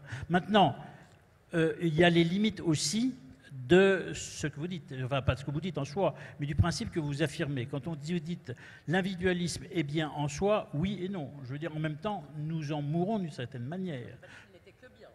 Bon, alors moi, d'accord, je dis que, voilà, on a voulu, mai 68 a voulu enterrer, j'allais dire, la verticalité, pour faire court. On s'aperçoit qu'on a besoin de verticalité. On a besoin de verticalité dans l'État, on en a besoin à l'école, et on en a aussi besoin, d'une certaine manière, dans l'éducation. Mais vous ne la toléreriez plus dans un couple? Plus personne ne la tolérerait dans un couple, enfin très peu de gens. Ah bah pas chez moi, oui, parce que... Bah voilà, oui, bon, ça je m'en doute bien. mais donc, non mais, par exemple, simplement, si vous voulez, ce qui nous paraît aujourd'hui être une norme absolue, je ne pense pas que ce soit mai 68 en tant que tel, si vous voulez, qui nous l'ait apporté, mais l'égalité entre les hommes et les femmes nous paraît être, je pense, une norme. Et je dis d'ailleurs, je pense qu'il faut défendre la différence aujourd'hui qui, elle, est menacée. Mais... je veux dire, vous ne remettez certainement pas ça en cause. Donc il y a un certain nombre de verticalités. Je pense le que sais bien. Oui, je sais, mais... Donc il y a un certain nombre de verticalités, si vous voulez, qui sont tout à fait légitimes et d'autres qui le sont moins. Donc je disais qu'il y a une part de l'individu en nous, si vous voulez, qui, je pense, a bénéficié de ces libertés, de cette émancipation. Et puis il y a aussi, ça je suis sûr que Gérard aura une réponse à ça, le fait qu'on se retrouve aussi aujourd'hui. Le truc, si vous voulez, c'est qu'en 68, il y a ou dans ces années-là, il y a des libertés à conquérir, effectivement. Aujourd'hui, on est plutôt confronté au problème de la liberté, si vous voulez. C'était une société très corsetée, hein, très, très napoléonienne pour beaucoup de choses, hein, c'est évident. Gérard Leclerc. Ça, moi, je suis aussi d'accord et pas d'accord. Mais il y a quand même pour moi un problème philosophique de fond. L'émancipation, par exemple, la pilule, etc., ça se traduit par ce que le professeur Chonu, à l'époque, appellera le changement des attitudes fondamentales devant la vie. Et qui aura ses marqueurs statistiques. D'un côté, le refus de l'engagement. Ça, c'est quand même un mauvais côté de l'individualisme. Le refus de l'engagement dans la durée. Et deuxièmement, la chute démographique de l'Europe. L'hiver démographique de l'Europe, qui aujourd'hui... Alors la France en est pas trop mal sortie jusqu'ici, mais quand on regarde ce qui se passe en Allemagne, ce qui se passe en Italie, ce qui se passe en Espagne, on se trouve devant un problème politique considérable. Et ce qui rend d'ailleurs encore plus tragique la question de des migrations. Parce que quand Mme Merkel accueille 1 million de migrants, c'est pas seulement parce que c'est une bonne âme, mais c'est aussi parce qu'elle en a besoin pour son économie. Et ça aussi, c'est le fruit de cette évolution des mœurs, qui a aussi des aspects très graves du point de vue de la société. Autre aspect des choses, il y a, je dirais, quand même la dérive philosophique. La dérive philosophique, pour moi, c'est, je l'ai dit d'ailleurs tout à l'heure dans le film, c'est l'anti-Oedipe. Hein, ce livre écrit par Deleuze et Guattari en 72, qui va être la Bible des gens de libération, par exemple, qui est l'attaque même du noyau nucléaire de la société qui est la famille. Alors, évidemment, il y a une façon de défendre la famille un peu bête, etc., un peu beauf, etc., mais en même temps, la famille, c'est quand même terriblement important. C'est ce qui nous permet de vivre, c'est ce qui nous permet de respirer. Et puis le rapport fondamental, le premier rapport, comment dirais-je, fondamental de la politique, pour moi, c'est la famille. Alors c'est pour ça que, personnellement, je suis très éloigné de toutes les philosophies politiques modernes, parce que ce soit Rousseau, Hobbes et compagnie, c'est que, comment dirais-je, leurs sociétés sont des sociétés sans enfants, où le rapport fondamental de paternité n'est pas posé. Ça demanderait une explication philosophique un peu... Pardon ? De quelle société ? la philosophie moderne du contrat ne tient pas compte du rapport fondamental et de ce que Pierre Boutan appelait la naissance. Voilà. Et pour moi, c'est la naissance qui est le pivot même de toute société, de toute existence sociale. Par ailleurs, c'est là où je retrouve mon ami Clavel. Comment Clavel a considéré 68 ? Clavel a considéré 68 comme une immense dépression sociale qui ressemble terriblement à la dépression qu'il avait vécue dans les années 60. Clavel, esprit extraordinairement brillant du Paris branché de l'époque, au milieu des années 60, il sombre dans une dépression nerveuse dont il n'arrive pas à sortir. Et puis il va avoir des psys, etc. Puis il y a un psy qui lui dit, monsieur Clavel, je ne peux rien pour vous, vous allez voir un prêtre. Clavel est très surpris, il va voir un psy juif, celui-là ne va pas m'emmerder avec les curés. Le psy juif lui dit la même chose, monsieur Clavel, je ne peux rien pour vous, il faut aller voir un prêtre. Et du coup, bon, Clavel ira voir un grand spirituel de l'époque, le père Caffarel, il se convertira et deviendra pratiquant de la messe quotidienne au moment où les paroissiens désertent en masse la messe hebdomadaire. Et Clavel, en fait, va vivre l'événement 68 à la façon dont il a vécu sa dépression personnelle. Pour lui, le 68, c'est une formidable dépression où tous les problèmes sont posés, où tous les dossiers sont ouverts. Le problème est de savoir ce qui va en sortir. Lui, il espère que va en sortir le meilleur et l'esprit, précisément. Une révolte, comment dirais-je, un sursaut vers l'esprit. Alors, ce qui est marrant, c'est qu'il il est entouré par les plus gauchistes des gauchistes, les plus fous, les plus allumés. D'ailleurs, lui, un peu allumé aussi, heureusement. Hein. Mais ce que perçoit Clavel chez un certain nombre de ces garçons, c'est que leur extrémisme, en fait, ne peut pas se satisfaire de solutions, je dirais, primairement politiques. Ils attendent autre chose. Et il aura raison. Par exemple, je pense à un Pierre Victor qui redeviendra Béni Lévy, hein, qui terminera dans une yeshiva à Jérusalem et qui, entre-temps, aura réussi ce prodige incroyable de convertir Sartre à Lévinas. Vous voyez ? Alors ça, c'était ce que... C'est quand même d'abord Sartre qui l'a converti à Mao. Hein. Oui, mais après, c'est lui qui a converti Sartre à Lévinas, ce qui est quand même un prodige extraordinaire. Or, c'était ça, le problème de Clavel, c'est que de cette formidable dépression sociale renaissent en fait l'esprit qui permettent de répondre aux attentes. Et à ces attentes, des réponses bêtement politiques ne peuvent rien.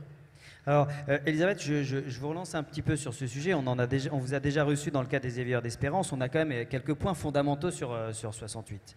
On parle de révolution sociétale, de jouir sans entrave, de liberté sexuelle, d'évolution des mœurs, etc. Et là, sur ces sujets-là, vous êtes 68ards, et d'ailleurs, vous le revendiquez quand même un peu. Mais pourtant, dans cette... 68ards, disons tant que ça concerne la liberté des adultes consentants. C'est-à-dire, quand on me dit... Quand des gens me disent « mais qu'est-ce que ça peut faire si nous on veut faire des enfants comme ça ?» Je dis « bah non, tu peux pas te préoccuper des impôts que je paye et puis dire que chacun fait des enfants comme il le veut dans une société et que ça concerne pas les autres, si vous voulez. » Donc, Mais c'est une des conséquences de 68, parce que justement cette liberté sexuelle, cette évolution des mœurs, aujourd'hui amène quand même à des sujets importants, la PMA, la GPA. C'est pas les conséquences de 68, même dans les pays où il n'y a pas eu 68, ça existe. En Inde, je ne suis pas sûr qu'il y ait eu 68, si vous voulez, et vous avez aussi ce mouvement-là, je veux dire. Non, mais c'est un mouvement qui, je crois, n'est pas simplement lié à un événement, si vous voulez. Mais ça, je suis tout à fait d'accord avec Elisabeth. Il faut parler comme les anglo-saxons des 60s. Oui. À ce moment-là, c'est les 60s qu'il faut... C'est même pas une conséquence, c'est-à-dire c'est un moment où se cristallise un certain type d'aspiration. Si vous voulez, et encore une fois, je veux dire, la question, quelqu'un a parlé, vous avez parlé, je crois, je ne me rappelle plus de votre prénom, du droit d'inventaire tout à l'heure, mais il me semble, c'est là où je ne suis pas d'accord avec vous. Moi, il y a des choses que je récuse, et là, vraiment, je pense qu'on peut parler de l'école, mais on pourrait aussi, disons, dire que d'une certaine forme de mondialisation démarre avec cette pensée-là, si vous voulez. Donc tout ça, on peut être d'accord. Mais oui, de fait, sur les mœurs, si vous voulez, je ne suis pas prête à vivre dans un monde sans contraception, non ?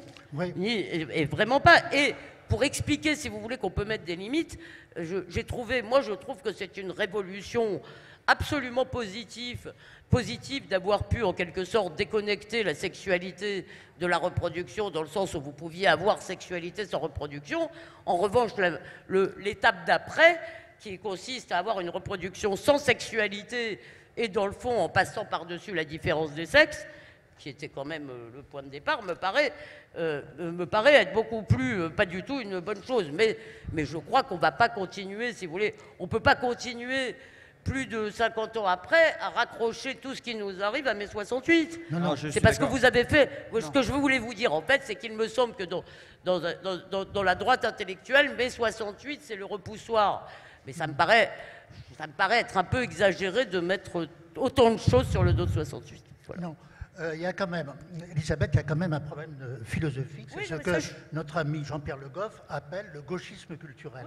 Bon, le gauchisme culturel, pour dire les choses rapidement, c'est qu'on est passé en fait de Marx et de Lénine à Wilhelm Reich et à Marcuse. Bon. Pardon, Wilhelm Reich et Marcuse, qui sont les deux, à ce moment-là, en 68, oui, les anti-psychanalystes, etc. Mais, oui, mais alors le problème, c'est qu'avec ces deux personnages, on arrive à une déconstruction, en fait, non seulement du lien social, mais aussi de la construction éthique de l'individu. Et c'est un éclatement anthropologique dont les conséquences, pour moi, sont gravissimes. Aujourd'hui, où nous nous trouvons devant une révolution technique, celle du cyborg, celle du transhumanisme, etc. Et dès lors que nous avons perdu nos fondements philosophiques, nous n'avons plus de défense devant ces menaces considérables. Alors, la difficulté, c'est que toutes ces choses ont été quand même assez largement voulues par les peuples. Et quand on parle, par exemple, du néolibéralisme, qui serait aussi une des conséquences de 68, moi, je dis toujours, d'accord, mais c'est pas simplement venu d'en haut parce que Reagan et Thatcher ont décidé un jour qu'il fallait faire comme ça. C'est parce qu'il y avait une demande des populations. Les gens voulaient acheter leur iPhone au prix du travail chinois et avoir leur usine, évidemment, en même temps. Ça, c'était pas possible. Mais, donc, il y a aussi des demandes contradictoires des sociétés. Ce ne sont pas des événements qui ont été en quelque sorte imposés, ni même, je crois, si vous voulez, je ne crois pas que ce soit le fruit d'une avant-garde militante. Non, c'est évident. Moi, d'ailleurs, j'avais commencé tout à l'heure en disant qu'il ne faut pas confondre 68 et ce qui a précédé. C'est une résultante. Maintenant, les peuples n'ont pas toujours conscience de ce qui va être leur bien, si vous voulez. Je veux dire, c'est un vrai. Ça ne suffit pas à légitimer une demande populaire pour une certaine tendance, pour une certaine évolution, le consentement à... Je ne voulais pas le légitimer, je voulais juste dire qu'on ne peut pas l'imputer. On ne peut pas l'imputer à la méchante gauche ou à des méchants pouvoirs. Voilà. Je suis d'accord. Mais enfin, les grandes évolutions de la société restent redevables d'un inventaire critique. Voilà. Et même si les gens ont consenti à, ils ont pu consentir quelque chose qui en réalité n'a pas servi le bien commun, il ne les a pas servi leur bien privé non plus. Simplement, il faut le temps qu'on s'aperçoive des conséquences. Juste pour quand même finir de répondre à votre question sur les mœurs, je crois quand même que le changement du féminisme, c'est très important, si vous voulez. Et effectivement, il y a quelque chose qui s'est passé du point de vue des mœurs autour de 68 et de ces années-là et qu'on est en train de perdre. Si vous voulez, quelque chose qui est en train de disparaître, parce que je crois que là, on est plutôt en train de vivre une régression de ce point de vue-là. Et vous savez, il y a un très beau poème de Vigny qui se termine par la femme aura Gomorrhe et l'homme aura Sodome. Et en gros, les deux sexes partiront, les deux sexes mourront chacun de son côté. C'est ça qui est en train de se passer, si vous voulez. Et ça me semble pas du tout un héritage de 68, ça me semble plutôt être, par rapport à 68, même une régression envieuse. Mais c'est aussi la conséquence, cette déviation que tu déplores, on l'a vécu dans les campus américains. Et au lendemain de la révolution sexuelle, on est arrivé à un puritanisme complètement dingue. Hein, c'est peut-être l'excès qui a... Mais en même temps, c'est vrai que nous sommes en train de vivre une évolution qui va tout à fait dans le sens du puritanisme américain.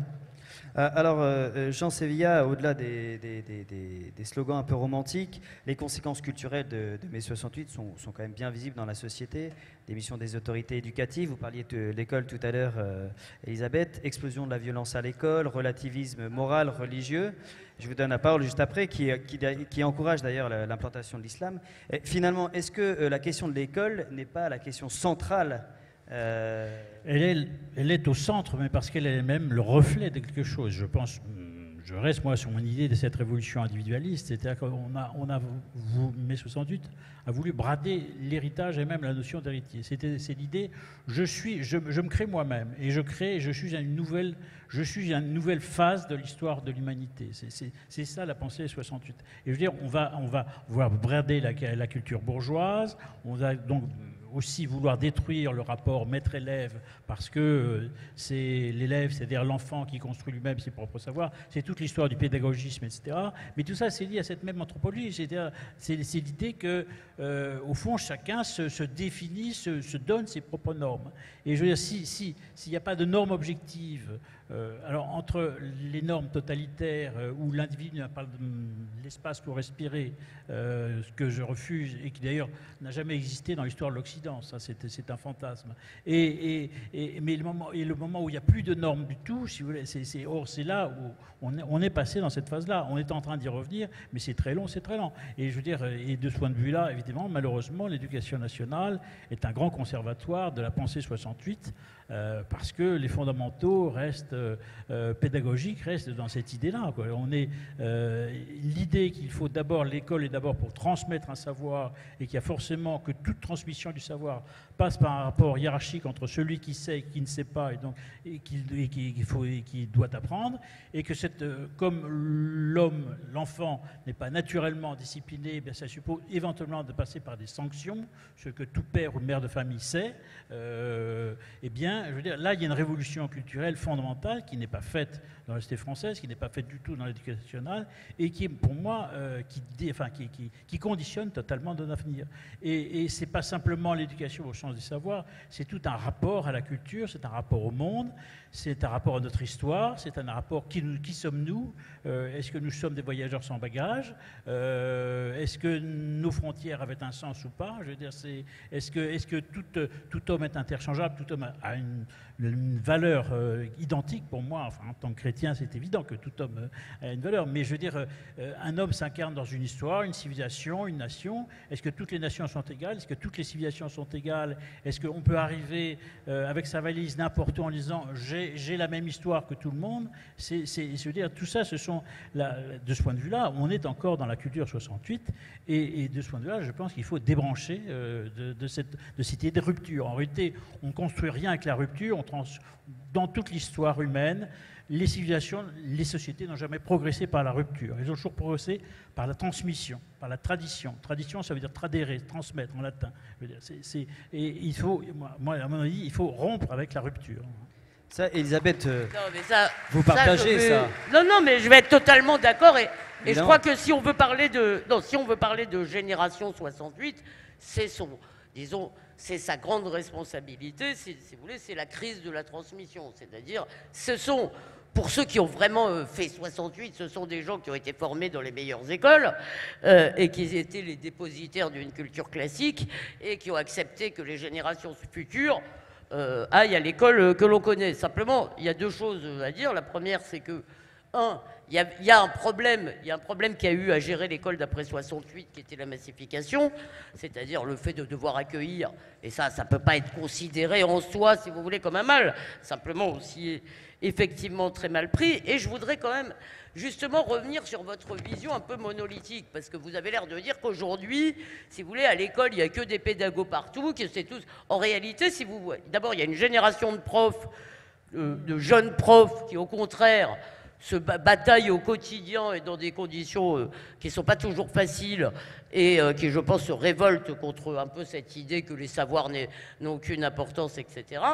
Et par ailleurs, il me semble quand même, ça c'est au moins sur ce point-là, moi j'ai un peu vu, j'ai un peu regardé ce qu'ils font, honnêtement, je pense que le ministre actuel est plutôt conscient de la chose. Après, vous n'allez pas en un tournement, si vous voulez, remettre à niveau l'école. Et la question, si vous voulez, qui est aussi de la baisse du niveau général, est terrible, parce qu'en même temps, on se dit comment faire en sorte aujourd'hui pour revenir à une école où on pourra faire lire certains livres aux enfants. Ça, c'est pas si évident, parce que c'est cumulatif, la baisse du niveau. Et les écrans, c'est pas non plus une invention de la gauche, si vous voulez. Donc, mais en tous les cas, j'ai l'impression, moi, que le ministre actuel, il est assez conscient de ça. Et cela dit, je suis tout à fait d'accord avec vous sur cette question de la transmission. Mais quelqu'un a dit tout à l'heure, ça n'a été qu'hagiographie depuis 50 ans. Ça, c'est quand même, si vous voulez, il faut arrêter. Je veux dire, Régis Debray, il a écrit, au bout de 10 ans, il a écrit un bouquin dans lequel il commençait à dire le libéralisme actuel échevelé est né de 68. Donc la critique, elle existe. On ne peut pas... Non ? C'est vrai. Je voudrais dire un dernier mot personnellement à cette question de paternité-transmission. Clavel rencontre en plein 68 dans les rues de Paris le cinéaste Alexandre Astruc. Et Astruc lui dit, les cons, vont dire que c'est la révolte contre le père. Et Astruc dit, c'est pas vrai, c'est pas la révolte contre le père, c'est l'appel au père qui nous manque. Et je pense que c'est vrai en grande partie, parce que cette dépression morale s'explique par des pères qui sont paumés, en définitive, parce qu'ils viennent du monde d'avant, et le monde des Trente Glorieuses, etc., nous met dans un autre univers, et les idéologies d'autrefois sont caduques, notamment les idéologies, je dirais, sacrificielles. On se sacrifiait pour la patrie, on se sacrifiait pour la Révolution, on se sacrifiait pour ses enfants, etc. Or, ces idéologies sacrificielles, ça ne tient plus, parce que ça ne tient plus parce que l'époque n'est pas plus favorable à cela. Mais dès lors, c'est très difficile. Dans son livre, ses derniers livres, Jean-Pierre Le Goff met en cause ce qu'il appelle les curés guitares, dont il a la plus souveraine horreur, parce qu'il dit que les curés, pour être au diapason du peuple adolescent, vont jouer à l'adolescent. Et en fait, ils vont rien gagner du tout. Et Le Goff explique que lui, les curés guitares ne lui ont rien apporté. Par contre, son prof de philo, qui était un type structuré, etc., exigeant, il lui a donné une culture qui a fait sa colonne vertébrale pour la vie. Donc, pour transmettre, il faut des pères qui veulent transmettre. Donc, il y a quand même certains constats qui sont partagés. Si on devait conclure ce débat, faut-il débrancher mai 68 pour aller au deuxième plateau, comment débrancher mai 68 Gérard Leclerc, est-ce que vous voulez débrancher mai 68 et qu'est-ce que vous voulez débrancher de 68 en quelques mots et en guise de conclusion? Ce que je veux débrancher, c'est le nihilisme qui est né de 68, avec cette réserve fondamentale que, évidemment, en 68 ne se résume pas à ce nihilisme. La preuve, c'est que j'en suis le fruit, moi. Toute ma vocation politique, journalistique, voire philosophique, est née de 68. Des questions qu'a posées 68. Et de ce point de vue-là, je suis reconnaissant. Mais par contre, il y a toute une idéologie, moi, que je trouve profondément débilitante, nihiliste. Alors là, vraiment, de ce nihilisme, je veux qu'on se débranche. Elisabeth, vous dites quand même 50 ans, ça suffit.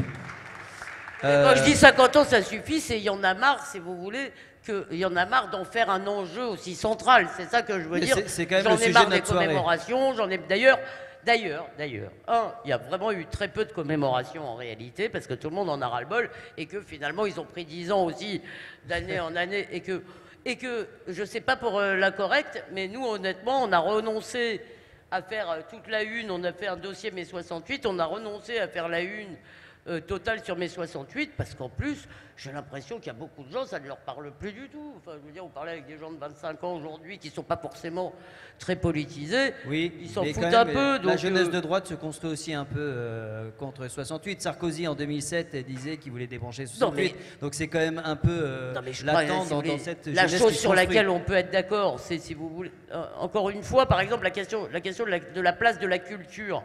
Évidemment, je ne sais pas si c'est 68 et je ne sais pas si c'est le fait que vous ayez un tel accès à tout.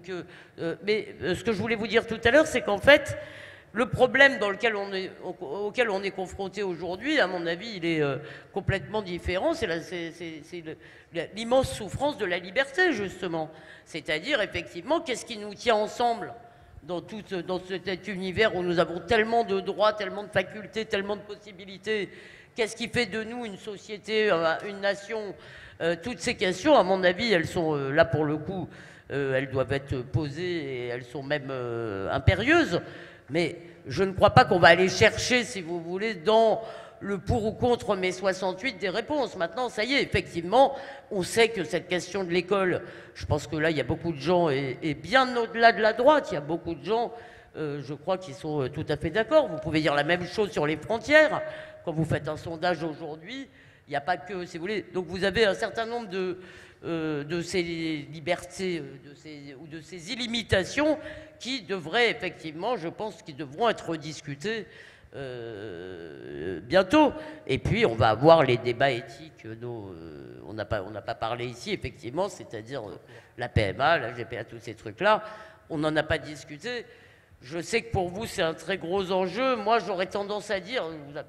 Civilisation. Oui, sans doute faut-il se battre, mais honnêtement, là je vous le dis, je ne veux pas vous désespérer, on peut toujours se battre, si vous voulez, pour maintenir la filiation telle que nous, la filiation telle que à l'ancienne, si on peut dire, mais ça va. Mais je crois qu'on va perdre un certain nombre de ces combats-là, donc il ne faut pas simplement se focaliser sur les combats qu'on va perdre. Voilà. Nous ne sommes pas encore morts. L'école, en revanche, est un combat qu'on peut gagner. Jean, en tant que sage, est-ce que, et en guise de conclusion, quelles sont les raisons, je dirais, qui vous permettent de dire que l'idéologie de 68 si vous permettez, je ne vais pas répondre à votre question parce que Gérard et Elisabeth ont répondu et je suis d'accord avec comme je n'aurai plus la parole après, je voudrais dire quelque chose qui n'a pas été dit ce soir, à mon avis, qui est assez important. Il y a quand même quelque chose qui est assez inquiétant dans mai 68, mais c'est factuel, mais c'est l'extrême fragilité de la société et de l'État à un moment donné. Et dans l'histoire de France, c'est récurrent. Toutes les 30 ans, 40 ans, 50 ans, on se paye une crise majeure où tout d'un coup, tout vacille. C'est une révolution, une révolte, voilà. Et en 68, il y avait une homogénéité de la société française, globalement, et il y avait des différences idéologiques qui étaient fortes, des différences politiques fortes, mais avec une société qui restait quand même avec des fondamentaux qui étaient communs. Aujourd'hui, par rapport à une certaine évolution de la société française, je dis qu'il faut faire très attention à la prochaine crise parce que ça sera très dangereux. Voilà. Comme historien, c'est tout ce que j'ai à dire. Merci beaucoup pour ce débat. La suite avec le deuxième plateau.